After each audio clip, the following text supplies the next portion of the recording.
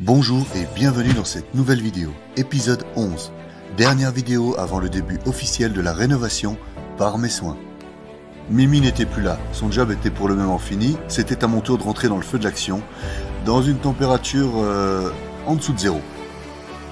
Toutefois, avant de se lancer, il fallait tout préparer, car souvenez-vous, j'étais tout seul à 1h30 de la maison familiale et de ma femme, devant me laver à la station Avia, plus loin, dormant et mangeant sur place dans une maison non isolée, ouverte aux 4 vents, abandonnée depuis 47 ans.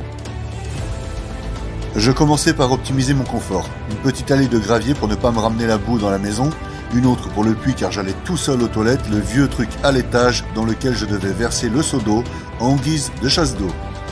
Toutefois, il me fallait aussi plus de confort pour manger. C'est ainsi que je déménageais du dressing, trop petit pour moi pour tout mettre, pour ce qui deviendra plus tard la chambre de ma fille. Protection des sols pour couper du froid et l'on transformait une pièce vide en chambre temporaire. Il fallut par contre que je scotche les vitres simple vitrage pour non seulement m'assurer que celle-ci ne tombe pas, mais aussi reboucher le trou que j'avais fait sans faire exprès.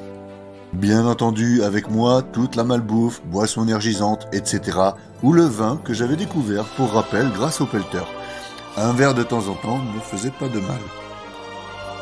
Une fois bien installé, je n'avais que l'embarras du choix. Je commençais à écrire sur les murs de la maison les dimensions ainsi que ce qui serait apposé en épaisseur de laine de verre ou pas, afin de prévoir d'avance l'écart des rails de montant des murs. Un petit coup pour ranger et nettoyer la maisonnette écroulée ne fit pas de mal. Je ne voulais pas laisser un tas traîner des semaines, car tout comme la maison, je voulais que tout soit propre et ne pas me laisser submerger par les gravats ou autres encombrants. Une fois de plus, pendant mon absence, j'eus la visite de la petite souris ou d'un Loir qui, choc, arrivait à me vider les restes de mes paquets de pâtes. Elle me laissait les paquets vides. Le riz, elle n'aimait pas trop, mais trop tard. Mon paquet était bon pour la poubelle. Comble, elle me laissait en plus leur carte de visite. Je devais à tout prix régler le problème. Aussi, ne souhaitant pas les tuer, j'optais pour un piège plus malicieux. Et à base de pâtes, puisqu'elles aimaient. Je préparais les sols de 2 pièces, celle qui deviendrait la future chambre parentale et celle qui deviendrait la salle de bain. Je n'ai personnellement jamais compris le fait de ne pas nettoyer, préparer, réparer sous prétexte que le placo du mur allait cacher le défaut, le problème. Aussi, pour ma part, je ponçais les contours des planchers puis apposais le vitrificateur afin de pouvoir placer les premiers rails.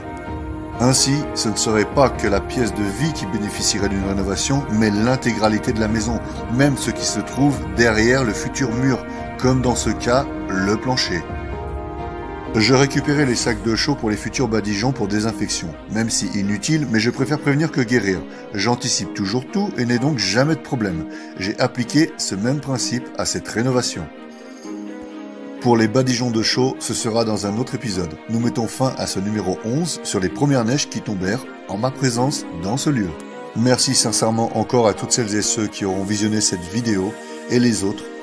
N'hésitez pas à laisser un petit pouce, cela aide pour l'algorithme YouTube. C'est sympa en plus.